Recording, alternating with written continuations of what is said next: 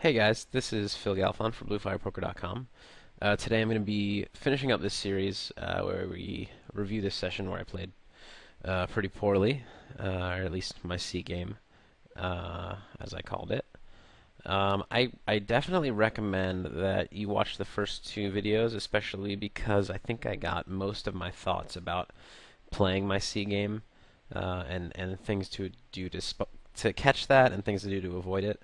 Um, I think I got those out in the first two videos. Hopefully, some more things will occur to me as this video plays out. But I think this might be more just about the analysis of hands. This is my first video since Black Friday, and um, I'm in the same boat as a lot of you the other American players who are Blue Fire members. In that I'm not really certain what I'm going to do.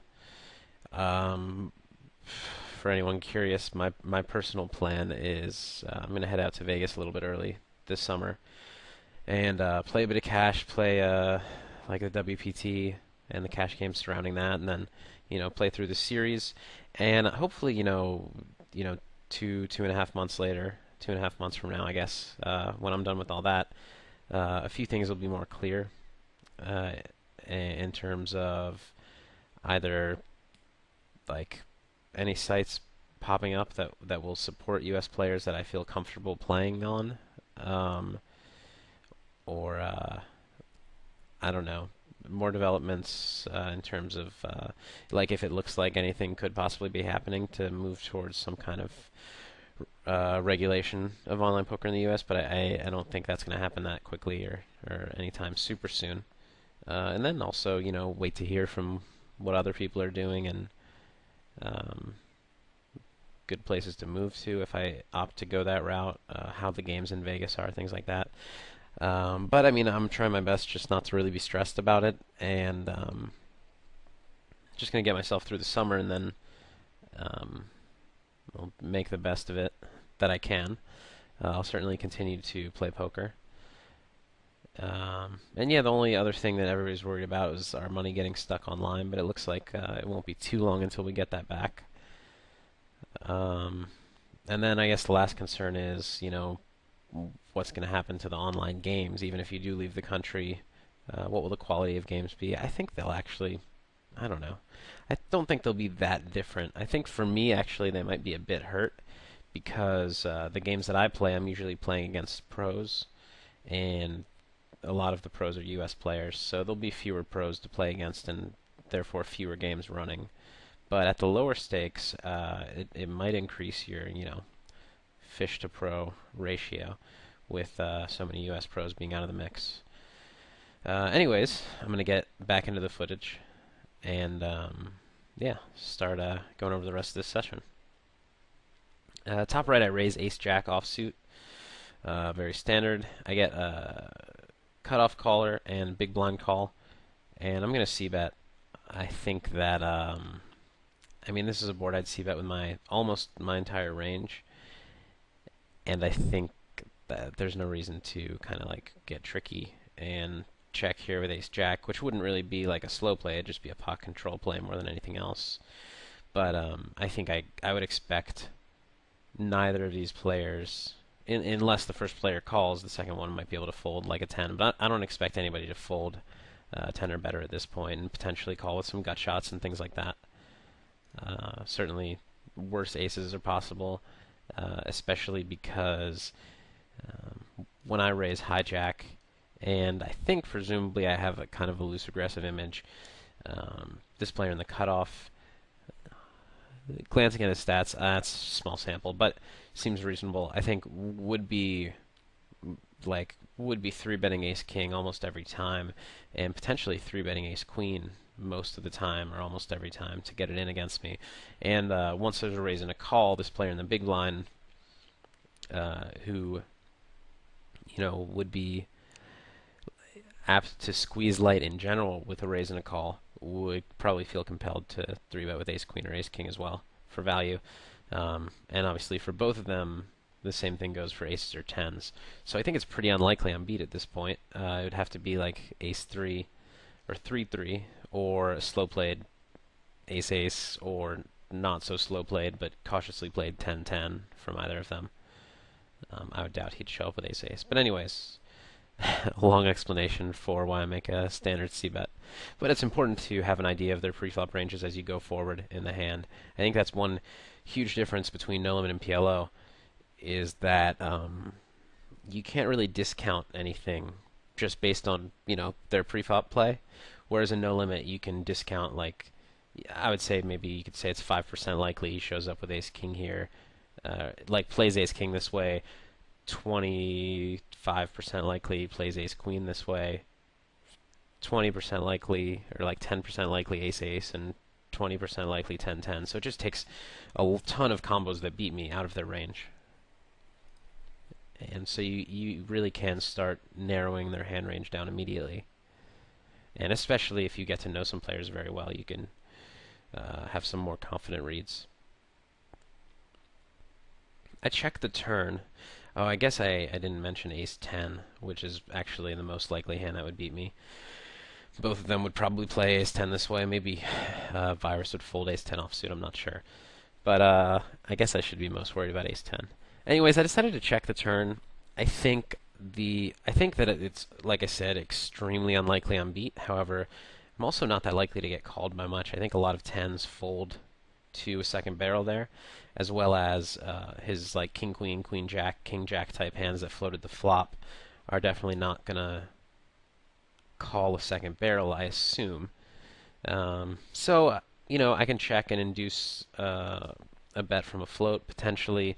More likely, it goes check check, and I can either bet the river, or I think on this river, I feel obligated to bet, just because if he does have king queen, king jack, maybe even queen jack, he probably just shows it down at this point when the ace pairs, because he wouldn't expect me to fold an ace. He wouldn't expect me to fold a 10 or better once he's played his hand so slowly.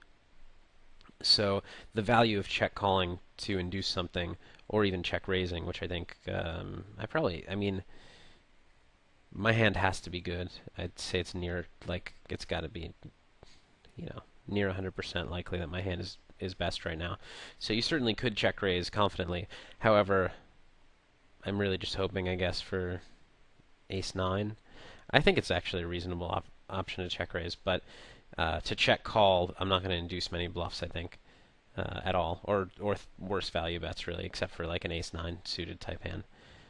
But I just go for a bet in hopes that the 10 or maybe even king-queen pays me off. I opted for 120. I think actually it's a good bet size against a strong player, just because this is a spot where I shouldn't expect much to fold. I don't know. I'm probably leveling myself, but when the ace pairs, a lot of times people just expect any 10 to call, any 10 or better to call, because it's really hard to, not many hands beat that now. And it's less likely somebody has an ace because there are two of them out there. But that said, I don't know. I'm just going to level myself. But my point was, I think that he wouldn't expect me to risk like 190 on a bluff, because it's still very likely he has an ace and checked it back, and he'd call 100%, and it's also very likely that he'd call with a 10 anyways. So I think that he wouldn't expect me to risk that much on a bluff when it's so likely it gets called. I think if I were to bluff, I would give myself better pot odds like this to try to fold out a 10 or fold out king jack, or fold out, I don't know, if he's really loose, like pocket eights or something like that. So I think this is actually a more reasonable sizing for a bluff I would make, and therefore I decided to make it for value. But I almost definitely am leveling myself, and might have been better. It might have been best to check raise.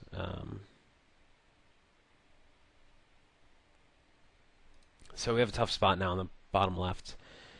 Button opens. Small blind 3 bets, a little bit on the smaller side. We have actually a decent sample on him, and he's not 3-betting frequently at all, 5.3%. And is on the tighter side pre-flop. I think this is actually a very tough spot. If I were paying more attention, I doubt I did this. because I was on my C game and I was autopiloting. I think I would have looked at his three bet by position stats. I also do remember thinking that this player, or maybe I learned this later, this player folds to a lot of three bets, the button opener. So that could induce him to three bet later if he's paying attention. I think this is a really hard spot if he's, three betting 5% of hands. Actually, hold on, I'm going to do some math. All right, so I just opened up Poker Stove. I put in exactly 5.3% of hands, and I'm 48% against his range. So I think the best play is probably to fold. Not to mention, although this 5.3 stat is different than his stat for three betting when the button opens, which I should have looked at.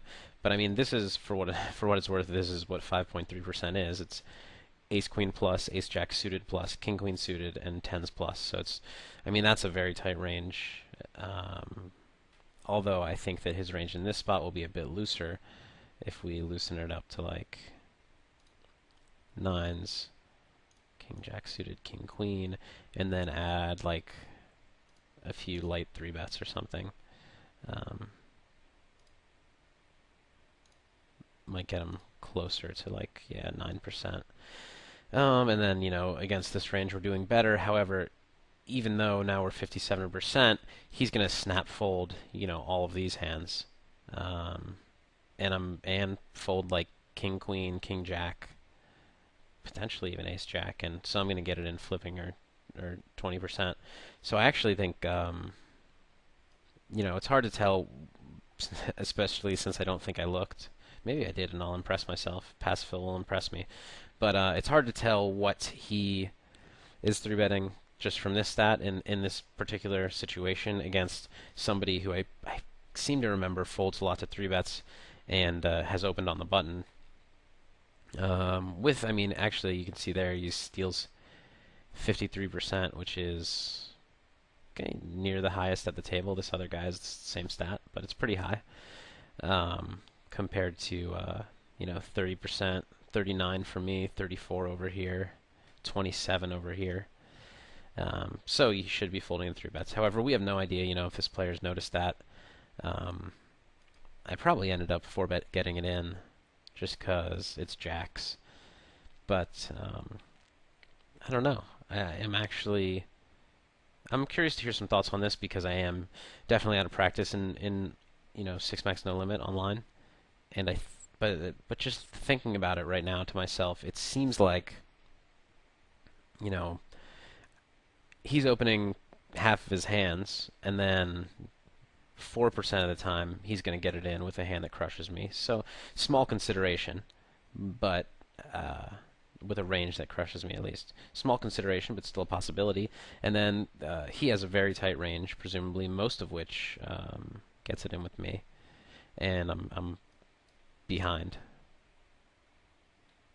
So I think I actually don't remember what happened,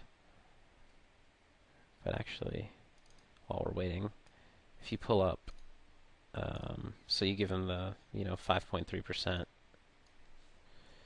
That's 5%. I took out nines and gave him ace queen. I took out nines. So that's 5.3. If you look at, if you take out the hands that maybe, let's say he folds, now we're looking at, I guess I'll pause the video. Now we're looking at the range that we actually get it in with. We're 47%, not that different. Anyways, I think that may have been, against this player, a bad four bet. I think I actually could have mucked or potentially called, which kind of turns my hand face up, which is why I hate doing that. But anyways, I think as a standard, the way I played it is fine, but given the situation, I think maybe not that good. So he called, which surprised me quite a bit. On a very dry board, what do I think he called with? I have no idea. I think slow played aces, slow played kings makes some sense. Certainly not queens, I would think. Potentially ace queen, especially if it's suited. Or I don't think ace king ever. ace 10 suited if he 3-bet that, jack 10 suited if he 3-bet that, but I have two jacks. So I am very confused about his range here, and I'm actually pretty scared of it. But I'm gonna go ahead and bet 130, which is, as you guys know, what I do with the majority of my hands in a spot like this. And if he jams, I probably am gonna fold, or if he makes a raise, I probably will fold as well. Just because any of my value 3-betting range, 4-betting range pre-flop, with the exception of ace king, is snap getting it in here.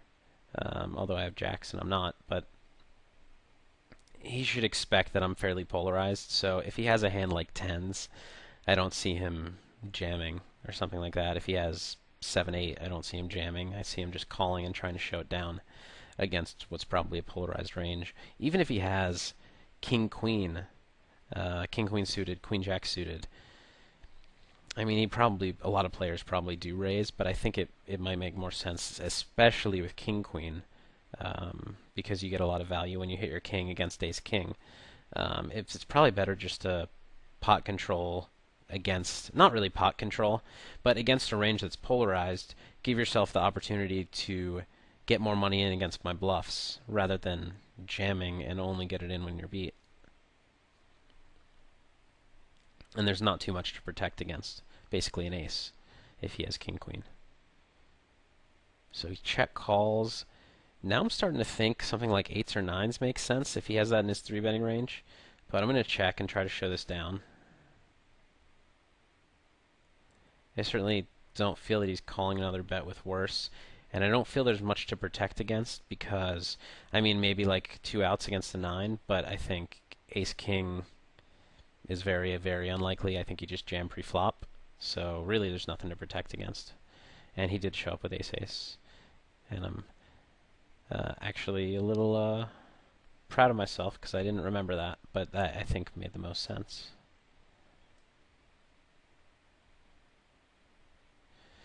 So yeah, something that I think is important is to realize, like, I don't know, a lot of poker players I find fall into, I don't know, it's kind of like autopiloting, but they kind of just have a system for playing, and they get to this turn, and they know there's no value in betting, but they feel obligated to protect their hand. And when you really think it through, ace queen already beats us, which is possibly played this way. Ace jack is really unlikely given that we have 2 jacks and only has 3 outs, and ace king is pretty much impossible for him to have at this point.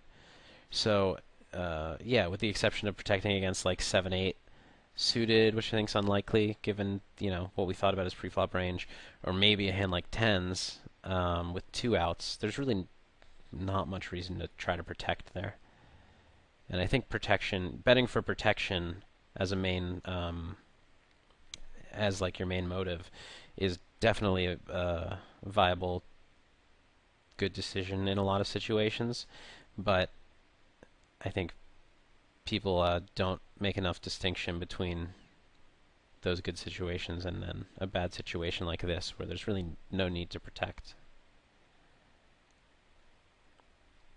The fact that he checked the river is actually something that I like. He shouldn't expect me to bet that often, however,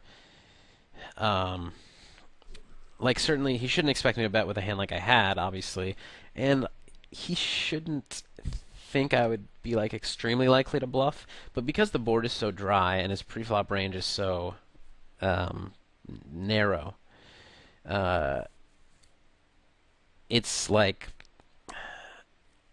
when he calls the flop and bets the river, I pretty much have to fold very easily. With maybe even if I had a hand like king queen could find a fold, I probably wouldn't just on stubbornness, but I think that I could find a fold there with king queen just because it's so hard for him to be bluffing in that spot or to be value betting worse than king queen. I guess queen jack suited, but I don't know. So I think he's better off continuing to rep a hand like tens or nines in hopes that I try to bluff him off of it. And actually, even like against my actual hand, which was jacks, I think he's more likely to get money by check calling or check raising, I guess, or maybe check calling, than by betting himself. I think I'm more likely to value bet that hand than to call it, even though I prefer doing neither. So nothing since then. I made a light 3-bet on the top right. That's not that interesting.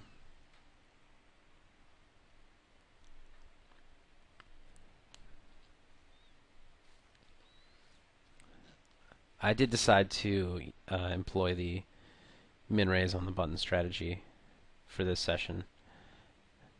It's not something I've practiced with a lot, but I think it's probably good, uh, a good strategy, depending on how the blinds play. But almost always, I think it's going to be a good strategy. I just need to get used to it. And on the top right, I'll 3-bet, squeeze, ace king. Happy to get it in. JD Killer called pretty quickly.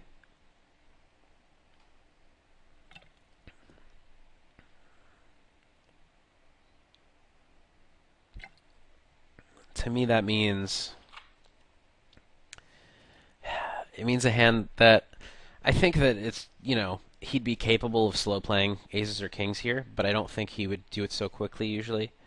I think he'd consider 4-betting. I think it also means he doesn't have queens or jacks, which I think he would just call usually, especially with jacks. Maybe queens he would re-raise. But I think he would have to take some time to think about that. So I'm taking jacks plus out of his range, maybe even tens. I think hands like nines and down make a lot of sense for a snap call, as well as ace queen offsuit, ace queen suited, ace jack suited, ace 10 suited, all the like queen jack suited broadways, and down to like 9-8 suited. So that's what I think about his range. And shoves took a little more time, but I think in no way would he ever slow play given the action. So I am taking jacks plus out of his range as well. So on a board like this, I'm not sure I like my play. I guess it's okay. And I actually remember what I was thinking. On a board like this, I don't expect to be beat almost ever. I think ace 6 suited and ace 4 suited find the muck from either of these players, probably, especially JD. I think 4s or 6s are all I'm worried about at this point. What I was thinking when checking was that if I bet, I'm not going to get raised by a worse ace.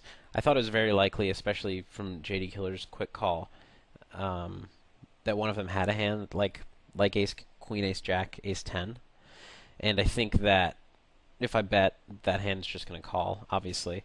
And, assuming the board bricks off, I probably get their money, but potentially on a 7 of clubs or, any club, I think that or a straightening card. Usually on a club, I think they wouldn't be that scared of a 5.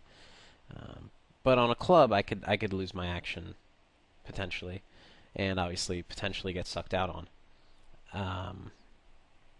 And also, if I bet against a flush draw, the pot's pretty big, so they could shove, but I think they're more likely to call, and then I'm out of position on the turn, and they play very well against me in that spot. Not that it's a huge concern with so much money in the pot.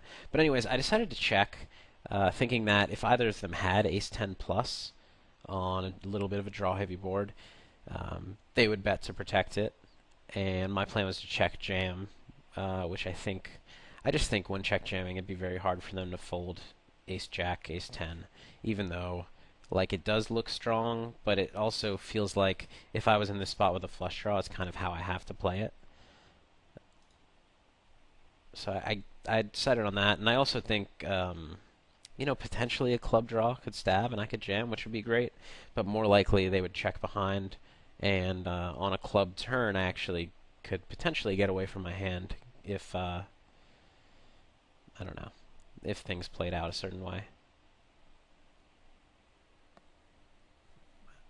But yeah, I thought against a better ace or a worse ace, which is really the only hand that I was expecting to get much value from on this board anyways. Like I don't think they're calling one once with pocket nines in either of their spot. Maybe they would. But yeah, I don't expect to get much action here. I don't expect them to have paired the 6 or the 4. So I think most of what I'm getting value from is a flush draw or an ace anyways. He did show up with ace queen that time, and it worked, luckily. But I think that, since those are the main hands I'm getting value from by betting, and I think I get the same value or potentially more by checking, as well as maybe some stabs at the pot. I decided on that play. I think that certainly, while I think it's probably the best play in a vacuum, and it does a little bit for your overall game in that you could check jam some flush draws and potentially get them to check behind some aces or to bet fold some hands because it gives you more credibility in that spot. Hurts the credibility of your continuation bet in that spot, and so you definitely don't want to do it every time.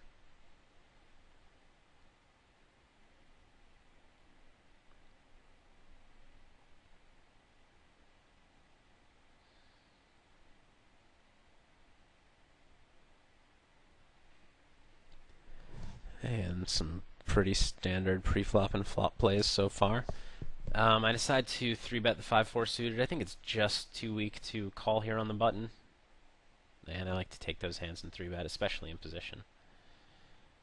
On the top left, I decided to check call the flop as a float with my backdoor straight draw, backdoor flush draw. But actually, when he bets again, I'm not happy about my situation, even though I turned the spade. I thought he would give up quite a bit, and I think even though I have the flush draw here, I just have to fold. I think raising is certainly an option, especially since our stacks are a bit deep, so he's not just going to close his eyes and jam ace-queen. But I really don't expect him to be two-barreling here often. I expect him never to fold an 8. Rarely to fold an ace good enough to two-barrel, because I don't think he's two-barreling ace-9 and expecting to get called by anything. So I'm really just hoping to check raise against like two barrels with air, potentially a worse flush draw, or maybe a better flush draw, but that finds the muck. And the major risk is that I'm already drawing dead, which isn't a huge concern. But ace-ace, ace-8, 8-8, I guess. It happens. And I just don't think I have much fold equity. And I can't really double float and then lead the river because it doesn't. I just think it doesn't look credible. I mean, I think if I did that, he would be really surprised and be like, why is he leading the river with his value hand? But maybe he was doing something weird, so I have to call.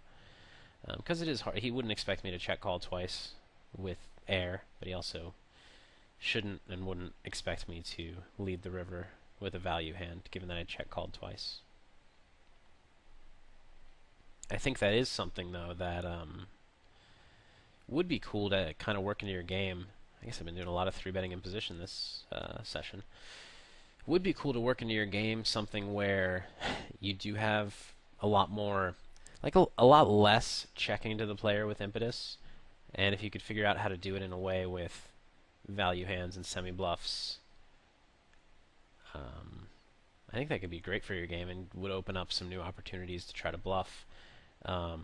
Would allow you to check call there with a flush draw and lead the river, so you have your fold equity on the river plus your draw equity, whereas normally when you're out of position you just have your draw equity and potentially implied odds. It'd be a hard thing to implement because what you have to do is take out some value hands from your flop check raising range and your turn check raising range and turn those into hands that you check call lead. Or, some hands that you pick up something on the turn you lead with, and then obviously some floats and some semi-bluffs as well. I think it actually could be really cool, but I haven't seen anybody play like that. And I think it would, I don't know, it'd take a lot of thinking to kind of set up the system in which you're gonna do that.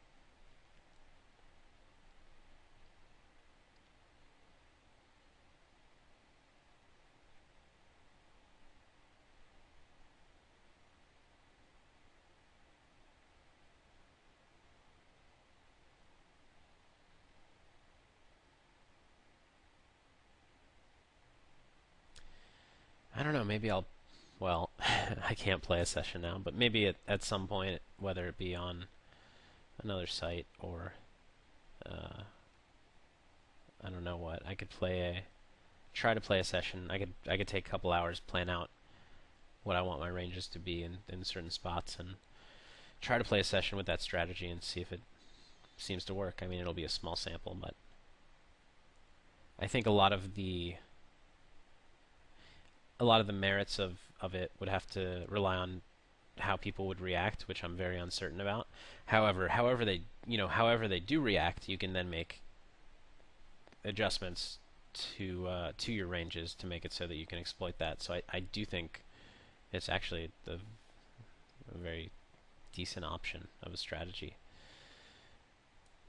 I got tens on 2 tables, so I'm probably going to hit a set on 1. I certainly don't 3-bet 150 big blinds deep out of position with tens here. This hand on the bottom right, I called in the small blind against under the gun +1 raise. He checked back the flop, and I'm actually considering betting the turn. The thing is, it's mostly a protection bet. He's certainly calling every time that I'm beat. Probably folding his like ace X, unless he has like ace 4. But he's probably folding his ace king, ace queen hands, I would think. I don't know. The other thing, though, is he's probably checking back those hands, and they only have 6 outs and 1 card to hit, so it's not a disaster to kind of let them in at the benefit of not risking a $40, $50 bet the times that I'm drawing to 2 outs, and he's definitely going to call. I think, I also think, yeah, he's probably going to check behind again with like a 5 or a 7 maybe even. So I think checking is the best play, and just check folding, or if you're feeling frisky, just check raising. On the bottom left, I decided to check raise. I have 2 overs and a gut shot, no backdoor, but I think it's just a little bit too weak to check call with, especially because the board is so straight draw heavy. So if he's the type of player that barrels with any gut shot, I'm going to get barreled on a ton of turns, and I don't think I can check call twice with king queen high. But it's a hand, with a lot of potential, and so I decided to check raise with it. I think, yeah, I feel good about that, and the reasoning.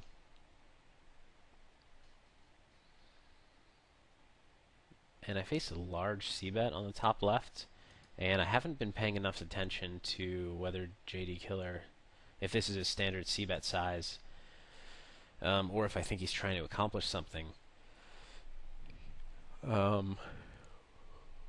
He was a player that bet on the smaller side with ace-queen in that pot where I check-jammed with ace-king, but it's just a completely different situation. I don't think I can read much into that.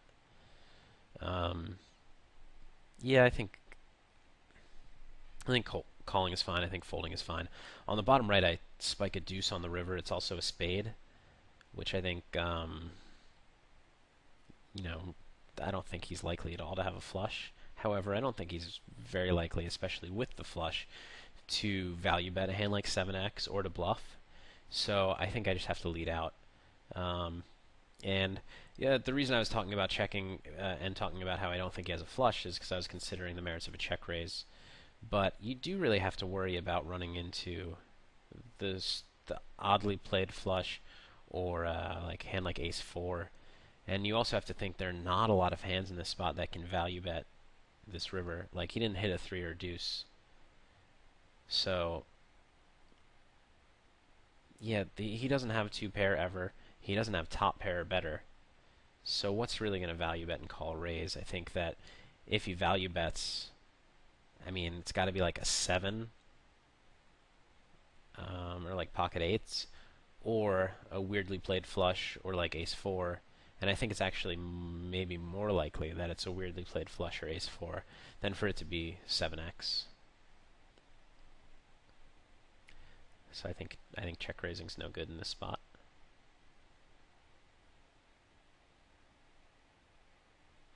And he just folds with what I assume is something like ace high. I decided to call on the top left. I was very confused by his bet sizing, and yeah, not sure what to make of it. And I c-bet on the top right with my tens against two players on the driest of dry boards. And he bets again on the larger side, and I just have to fold. Don't really do well against anything or any kind of range there. Any kind of reasonable range, I should say.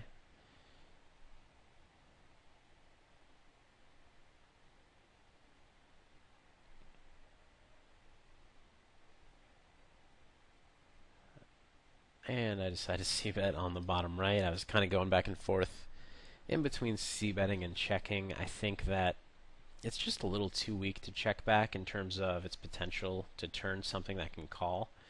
If I had a backdoor club draw, or like if I had queen 10 and the king was a jack, so it was pretty easy for me to turn a gutter, or I mean here I could turn a gutter with I guess a 10 or a queen, but never an open ender.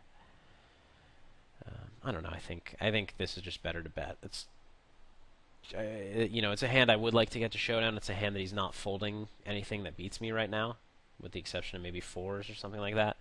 But I think it's just the easier way to play it and the most profitable way to play it, given that he's gonna make me fold the best hand on some turns if I check back, or I let him catch up with a 6-outer. And, if he check raise bluffs me off the best hand, so be it. I mean, that's the downside, but I think the upside outweighs the downside.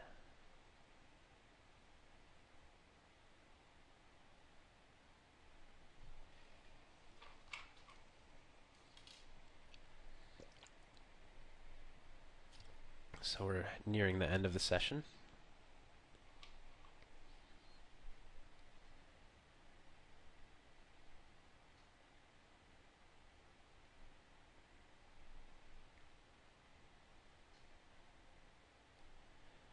And I open it under the gun with fours.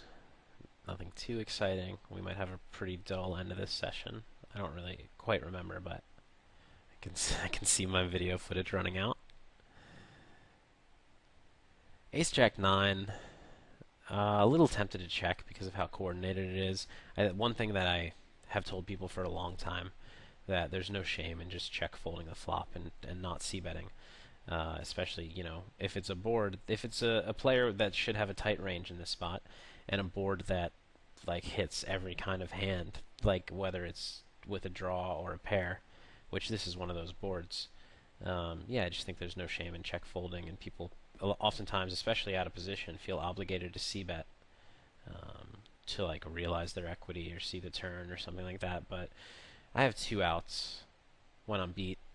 He's not going to let me see a showdown if he has some kind of draw, and I'm not comfortable calling if I like bet here and check turn and he bets. I'm not comfortable calling. Even if I bet here and the turn goes check check and the river's a brick, I'm not so comfortable check calling. So he's not going to let me get to showdown with any kind of draw. My only hope here is that he folds a hand like pocket sevens or king queen offsuit maybe. It looks like I did decide to bet. I think I prefer just check folding. When I open from under the gun and he calls on the button, I just think he has too many strong hands in his range, not enough disconnected stuff. And he raises and I fold. But present day Phil would have saved $55. Alright, so I guess that's the session.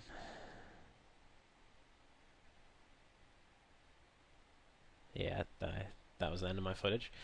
As usual, let me know what you guys think, and suggestions for future videos. I started a thread in the announcements forum, kind of mostly to announce that we're still going to be here and we're still going to be making videos, because we are, but also asking for some suggestions for video formats now that my ability to play online is limited, or very limited, I should say.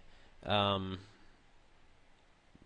please continue to, either in the comments here or in that thread, throw out some more ideas. I've gotten some good ideas on my own and from that thread. So we'll find out some ways to make more videos. But I could always use suggestions, especially from the people who are going to be watching them. And I guess that's it. No more closing thoughts. I'm sorry this ran maybe 5 minutes shorter than I wanted it to, but I ran out of footage. Thanks for watching, and I will see you guys next week. This is Phil Galfond for BlueFirePoker.com. Take care, guys.